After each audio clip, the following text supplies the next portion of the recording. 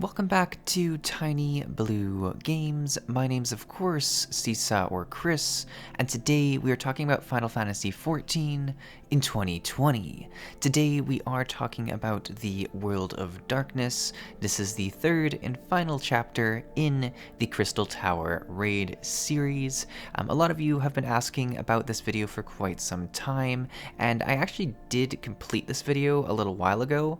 I just had a fair bit of content revolving around Heavensward that I wanted to release in succession, so I did put this kind of on pause. So this video is a little bit older than other videos, but I still wanted to do my first time through, despite the fact that it gets pretty messy at points. I just think there's something nice about seeing the honest truth of my first time through, and you're definitely going to notice here things get pretty unfortunate in the first little bit here. Specifically for the first boss, I do face a fair few issues, and yeah, you'll see. I don't want to spoil it. So right away, I absolutely love how this raid looks. Each wing or each section of this raid has been very different from the last, and it wasn't something I was expecting right away. I thought that, maybe it's, one big area, but it's cut into three, kind of like a traditional raid in another MMO would be, but this really feels like three separate areas, completely different atmospheres for each part of this raid. And this one in particular, the World of Darkness, the stakes are very high. We're going into enemy territory. Things feel very, very dangerous. You'll notice here I am healing on my Scholar once again. This is my first time blind way through this dungeon. I didn't look up any fights. Looking back at it, I kind of wish I did, specifically for, I believe it's the first boss that particularly gives me a lot of issues, because there's some very unique mechanics and some mechanics that I think were pretty difficult to catch on the fly. Obviously, sometimes there's these mechanics that, it's pretty obvious. You just don't stand here, you have to move over here. But there's a lot of them, and I'll talk more about it when I get to the first boss, that didn't make a lot of sense looking at them right away. So if you guys want to help me out in the comments below and say, hey, this is what you should have done, or hey, you're doing this wrong. I mean, people love telling me what I did wrong, so it should come pretty naturally. But yeah, I still think it's a really good idea to do a lot of like content for the first time without looking at it. Like, obviously once you get into more difficult stuff and actual like current end game content and people are trying to progress, yeah, you should probably know the fights. But if you're a new player, if you're going and leveling, if you're trying to, like, if it's a piece of content that people are probably gonna succeed anyways, it's not the worst case to go through it blind.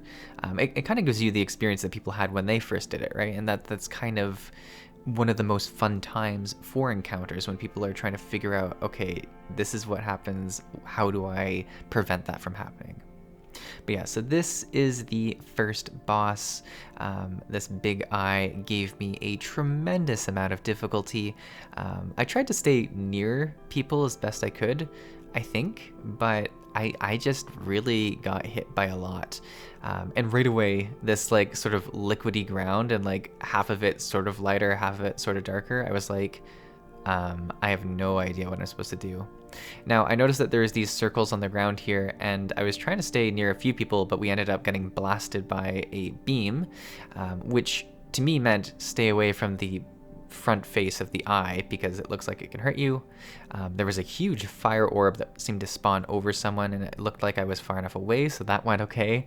But yeah, so I'm just kind of like staying near-ish people, but not so close that I get just destroyed.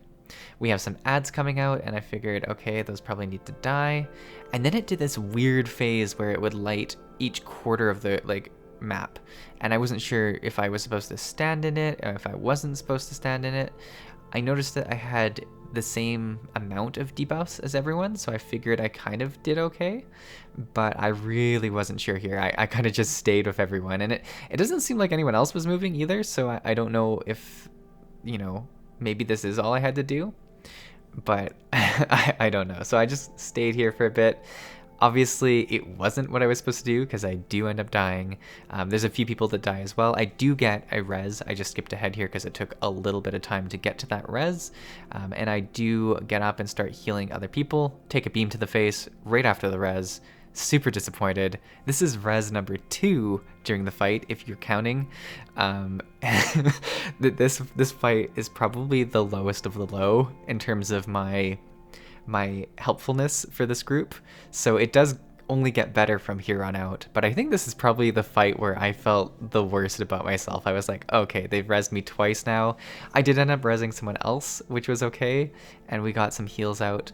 And most importantly, we do end up killing the boss, so don't you worry about that. But it just... I had no idea what was going on. I mean, I guess the second time the beam killed me, so I did understand that. But the first time, it had something to do with this weird light situation, and I'm just not entirely sure what happened. Unless we left one of the hourglasses up, and it was that kind of increased the damage of the AoE attack. Maybe there was an hourglass I didn't see, and that's what happened. But yeah, so it went real bad, but luckily I was able sort of to cut out a bit of the waiting time in the video, because there was a fair bit of time where I was just on the ground watching my teammates, which I deserve. It's unfortunate, but I definitely deserved it. So there was, I think, the final attack again, and we seemed to do it right. Now, I did get brought to one of these light areas by one of my team and ran into a beam again. Like, I am just... Oof. Watching this over again is actually painful. There was times where I was considering, I should just run it again and like look at the fights, but no, you guys should see what it was, what my first time looked like. This is not a shameful place. This is a place of truth and honesty where I share how it went. So here you go. I do start avoiding the front, like it's just a powerful beam that comes out of his eye. It's a very cool boss, though. I feel like if I understood what was happening, I would appreciate it a little bit more. But the actual aesthetics of the attacks, of the places you're supposed to stand, they do look really cool. So I can't fault the fight on that. It went really unfortunately. And you can see here that a lot of our team has died. We are able to just eke out the victory, but it was very close to a wipe, and I definitely can't blame anyone else but myself. But we push on through the world of darkness, and that's just one of many bosses that are to come. I believe throughout it we also lost some people in our party. I kept on saying like light party full and stuff like that, so I'm not sure if we did lose someone and have someone join in the middle of the fight, but we seem to be all filled up now. Now, I really enjoy these paths leading up to these kind of purple crystals and islands. Like this entire zone is, I think, my favorite of the 3 crystal raid ones, and each of them was very impressive. So it says a lot. Like it's beautiful.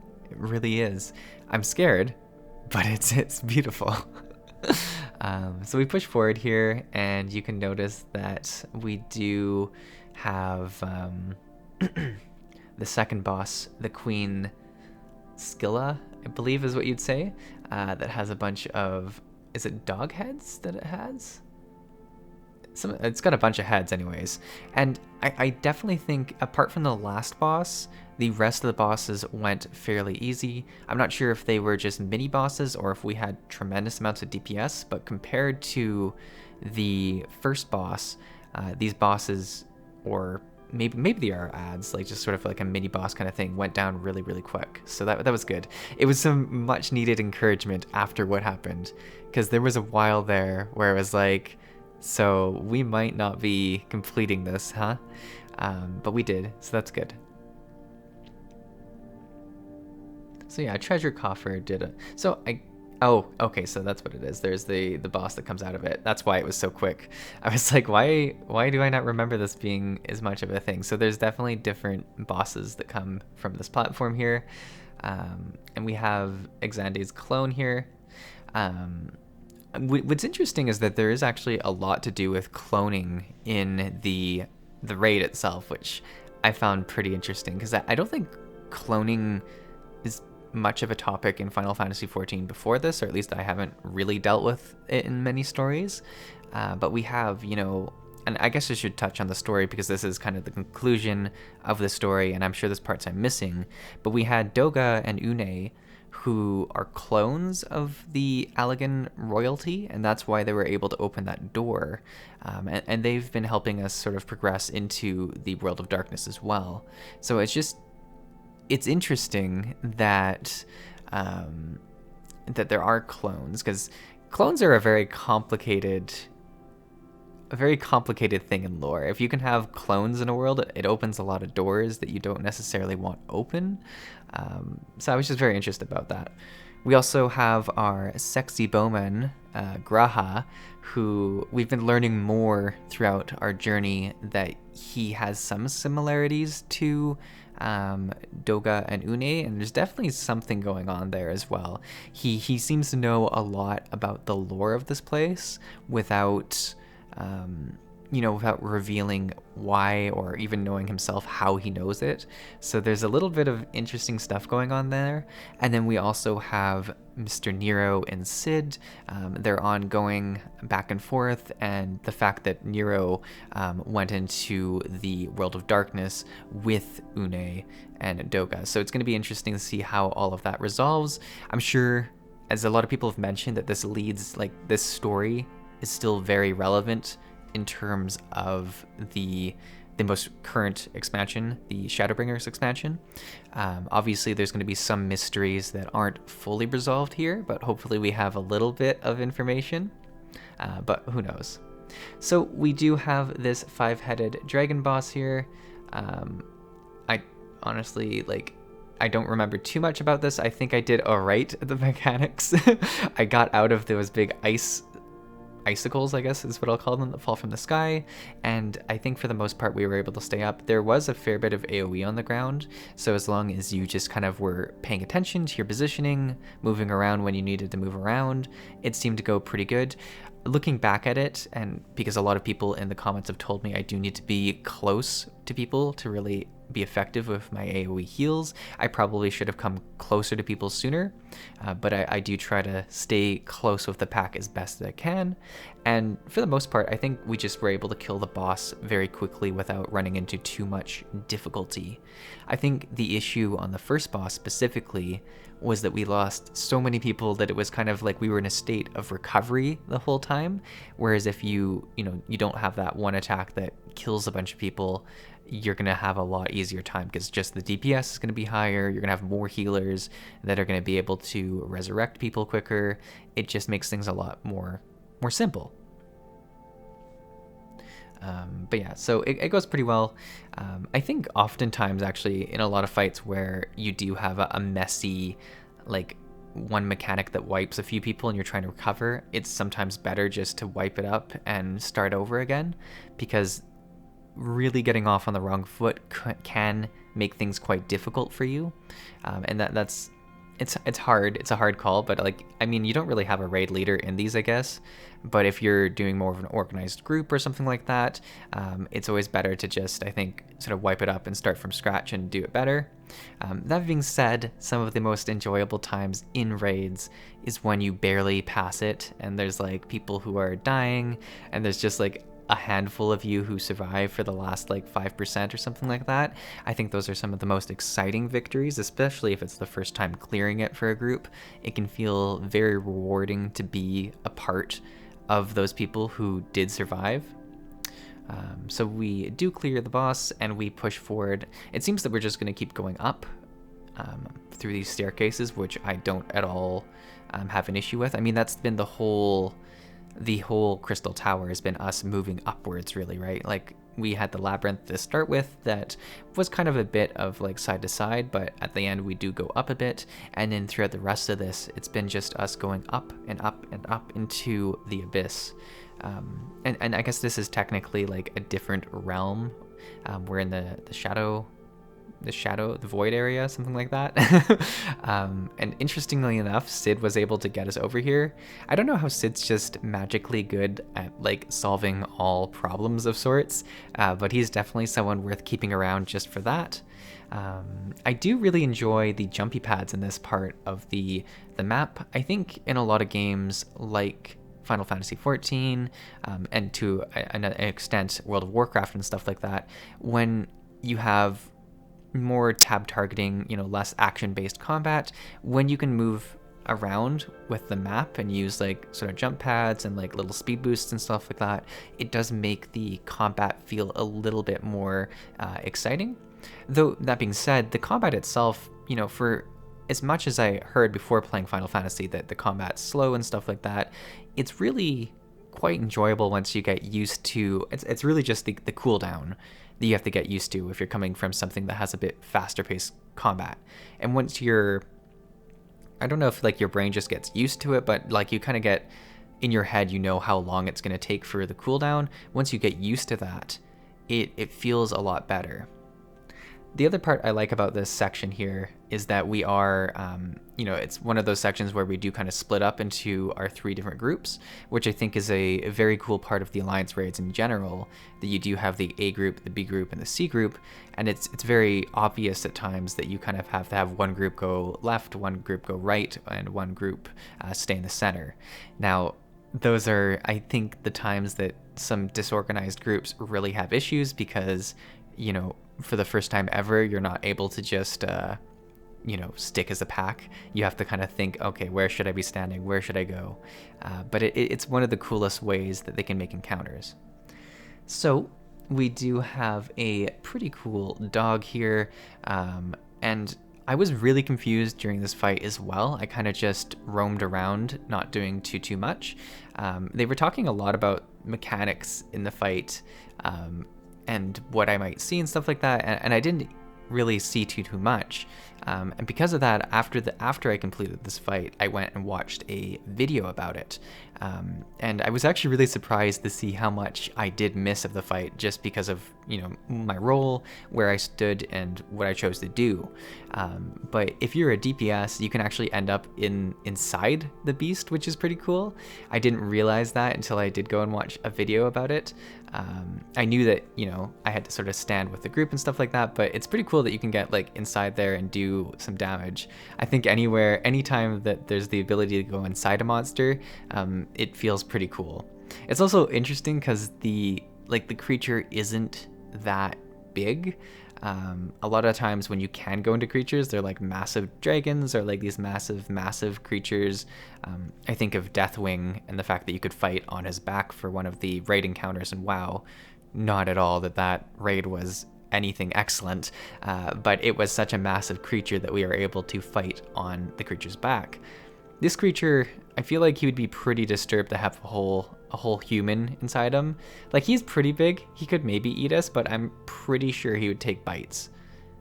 But maybe he wouldn't chew. I don't know. Do you if he swallowed us, do you think he would just like gulp us down? I feel like because he has the multiple heads, like one of the head would grab kind of like a part of us, and the other head would like rip. I don't know if it's good for me to be thinking about the different ways this creature could kill me while I'm fighting it. I think I have a bit of like confidence because I know we kill it in the end, so I don't have to be terrified of it. But these thoughts probably wouldn't have been great during the actual fight. So yeah. But yeah, so speaking of some of the mechanics you can see as I don't go inside, you can see a lot of stuff on the ground that just needs to be, it looks like just killed from range. I try to do some damage when I can, but definitely this raid more than any other ones. Specifically when I don't know the mechanics, I definitely focus more on healing and keeping people up. I think it's definitely fights that I've done before where I'm like, okay, I have a few seconds here that I can do some damage. And I think that's something that'll become more and more enjoyable as I push to endgame content where you do run the same fight a few times over, or you run it on a lower difficulty and then a higher difficulty, where you can learn the mechanics first and then really start perfecting how you do things. And as a healer in this game, it definitely seems like perfection is when you're able to do enough heals to keep everyone alive, buff everyone, and then do as much damage as possible. And it seems like in general, in many MMOs, that's becoming more and more the role for healers. And it's something that, like, I appreciate. It's nice as a healer to be able to contribute your damage, but I do kind of miss the days where, you know, it was just about healing and just making sure people didn't die. And maybe that just comes with the fact that I used to be like less experienced with these games and I didn't realize that damage was always a key part of being a healer. But I definitely more and more have been focused on doing damage as well. So I think it's been kind of both, where, you know, people have been more focused on doing as much as they can on their classes, and games kind of pushing the envelope that way as well. So it's kind of a mix of both of them. Just looking at my positioning throughout the last part of this fight, I definitely probably should have gone to the other side of the dog where most of the group is. I feel like I'm not being as effective as I could be, and I definitely feel like I could get in trouble being on the other side as well. So that's one tip I would have changed, but it's okay. What I do like, so that's the attack I really like. I like it when, you know, encounters make use of the uniqueness of the boss. So we have the fact that they have 3 heads here, and they had 3 different blasts going in different directions, which is a really, really smart use of the 3 heads. Sometimes it feels like games just have a boss model that looks cool, but they haven't thought of any way to actually implement it in a meaningful way that actually makes the encounter interesting. So this definitely was something that I thought was really cool. Alrighty, and so we sort of skipped ahead here a little bit. We just went up a ramp. You didn't miss too much interesting stuff. I took a drink of coffee, so we are at the last boss here, the Cloud of Darkness, who is also a woman, and looks pretty spooky. So we are going to do some fighting. Pretty cool fight, really. Like, I don't know what I was expecting, but it definitely was a good conclusion, I think, to the entire story. I wasn't in the right place at the right time and almost got like nuked down right away, which would have been just a great entrance to this fight. But, you know. So some things that I noticed during the fight, there was a lot of AoE. Like, first off, you have a big circular map. And the boss sort of goes from one side to the other side of it. With that, you're going to have some pretty devastating attacks, and you're going to have to move around a lot. You just saw the first one there. That's kind of a front blast that comes out of them, kind of like the first Eye boss. And right away, I had flashbacks to it, and I was like, okay, I'm not dying from another one of these obvious blasts from the front of the face. And I don't think I do, but we'll see. There's this mechanic here, which we've seen in a few other fights throughout the game so far, where there's sort of slow-moving, destructive attacks, and you need someone to absorb it. And sometimes it's one person, sometimes it's multiple people that need to distribute the damage. I'm still unsure about this, but it definitely seemed like there was certain people that are certainly people grouped up for them. So I figure it's kind of a situation where you need to group up for them, but I could be completely wrong about that. We do have some ads that sort of move towards the cloud, and they are cloud ads themselves that sort of get taken down pretty quickly. I assume something horrible happens if they do get to the Cloud of Darkness, so we try to get those down as quick as we can. They have some really, really cool sort of aesthetic to them, where they have the purple lightning in them.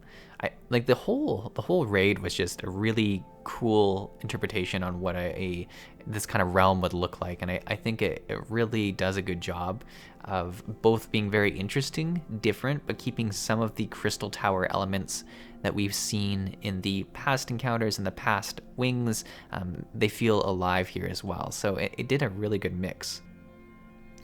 So we did have an ultimate attack of some sort that we were able to manage. And looking back at it, I'm wondering if the clouds kind of would power up that ultimate attack. That seems to be a big part of the game. This is a really cool mechanic that we haven't seen before, where you kind of have to section off into these areas to kill a ad, and it gives you a few seconds to see how many people are in it before the walls go up, and I assume you'd probably wipe if you didn't end up splitting everyone. Oh, there we go, took damage from the beam. I wasn't perfect. I'm never perfect. Really unfortunate. I was really thinking I didn't take damage from the front beam in this one, but apparently I'm not that good. But that's okay. I didn't die from it, and that's the important thing here. That's what we're really hoping for. It seems like more and more of these kind of falling to the earth meteor things spawn throughout the fight, and I definitely noticed that I was the only one here, which was kind of concerning, but I did end up surviving it, which is good. I think on the whole, you know, just having enough big AoE heals has really been is a big part of this fight, because people are going to take damage. There's a lot of mechanics that you have to take damage from in here, and if you're, you know, if you're able to just sort of keep everyone topped up for when those big damage areas come out, you're hopefully going to survive. And we did end up surviving. We did end up winning and defeating the Cloud of Darkness, though as we'll see here in a quick cutscene, you don't truly defeat the Cloud of Darkness. You only, you know, weaken it for a bit. But yeah, so very, very happy with the entire encounter, I guess. The entire progression of this has been a really fun time, and it's been very interesting to see this story. I think it was one of the most enjoyable side stories I've done in the game so far, and I definitely thank you guys for suggesting it.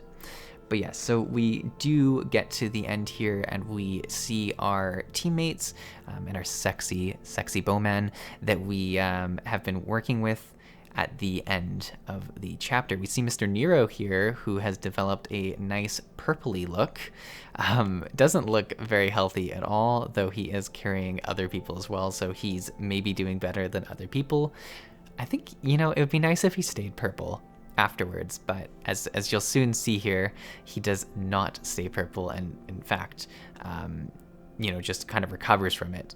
But he obviously has been through some stuff, and everyone here has been through some stuff. They've been on their own little journey, but we did rescue them, I guess, which I guess this is kind of the whole mission of this third part of the raid, was to rescue our friends as well as contain or seal up the tower of or the crystal tower, right? Because at the start of this, we're kind of more investigating more than anything, and as we go through it, we quickly learn that it's awakened and that there is some evil stuff going on. So it's, you know, we need to seal it up, as we can't really control what's going on so far. At least that's what I've kind of felt from what I've seen so far, and I could be wrong about that. But I did a little bit of research after completing this, because I was interested in the story, and I don't obviously know everything. There's a lot in Final Fantasy XIV that I don't super notice right away, just because, you know, this is my first time through. You're going to miss stuff, whereas if you've been playing for years and years and years, you kind of know the different beats, and you're like, oh yeah, we learned that way back when, and I've been excited about this or that. So it's an interesting story for sure. But yeah, you can definitely see that the Cloud of Darkness does come back, which really we killed her like a few minutes ago, so pretty quick recovery time, and starts doing some damage at us.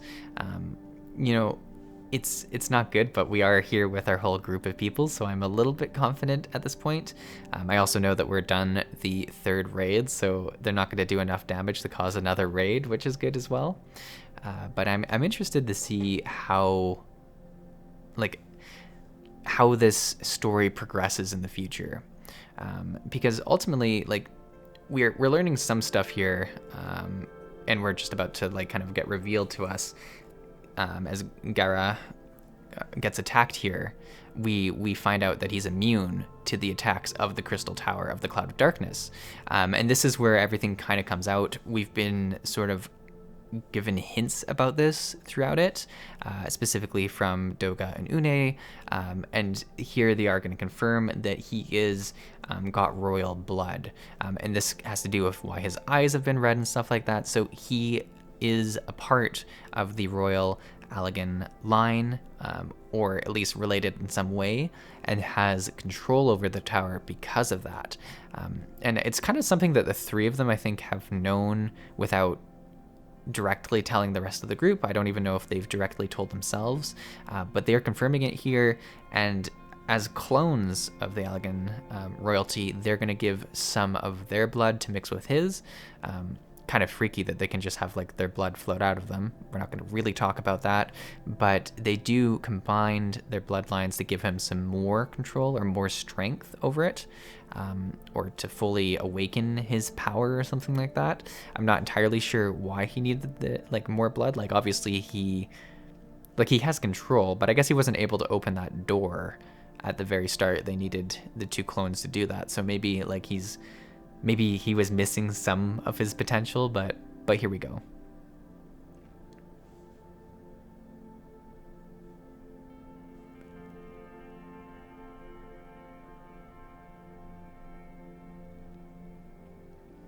So at the end here, they're kind of having some more conversation about what ultimately has to be done. Nero has his little tool here, which is nice.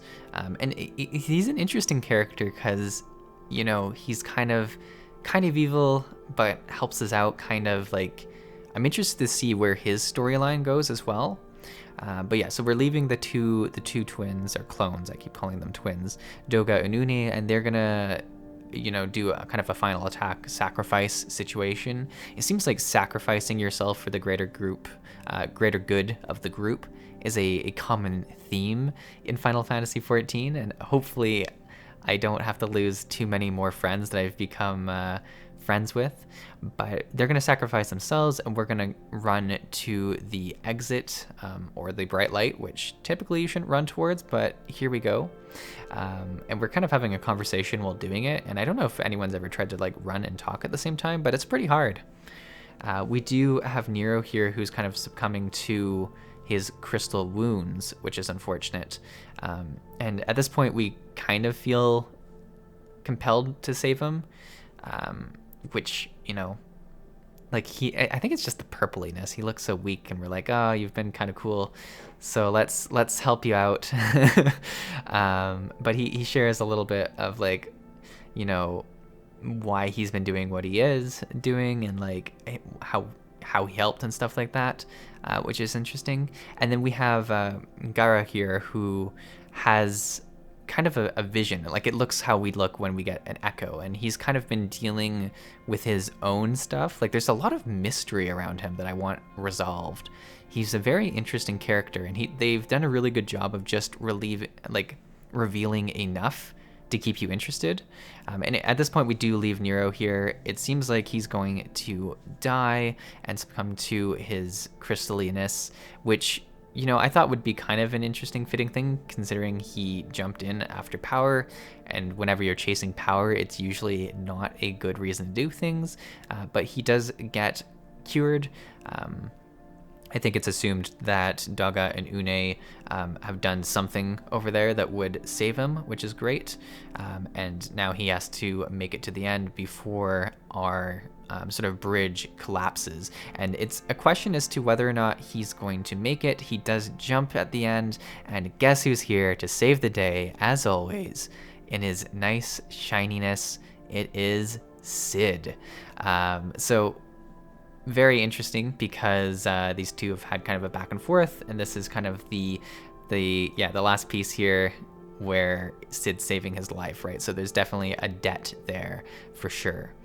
But we do all make it out of the Crystal Tower, which is great. There is a final cutscene that I don't have recorded from the actual quest, where we do see Gara, who wants to seal the tower and seal himself in it. And I'm going to kind of just talk about it here because I don't have the cutscene itself. But yeah, so he decides by himself, based kind of on the visions he's been having, the knowledge he has, that he needs to seal the tower until us, as the rest of the world, is technology has enough technology to interact with it in a proper and healthy way, in a way that it can help. So he seals it up as kind of a beacon of hope for the rest of the land, and he makes this decision by himself, but he kind of has that power because he's able to control it now, since he does have kind of the royal blood, and because the clones did give him the blood as well. So he makes this decision. We kind of protest because, hey, he's a sexy bowman, we don't want him to leave, but it is his decision, and that's where the story leads off. So knowing now that this is going to be a part of the Shadowbringers story, I must wonder, obviously, are we going to see Garaha? Do we, open the tower back up? How does that happen? Well, I guess I have to wait until I get there to find out.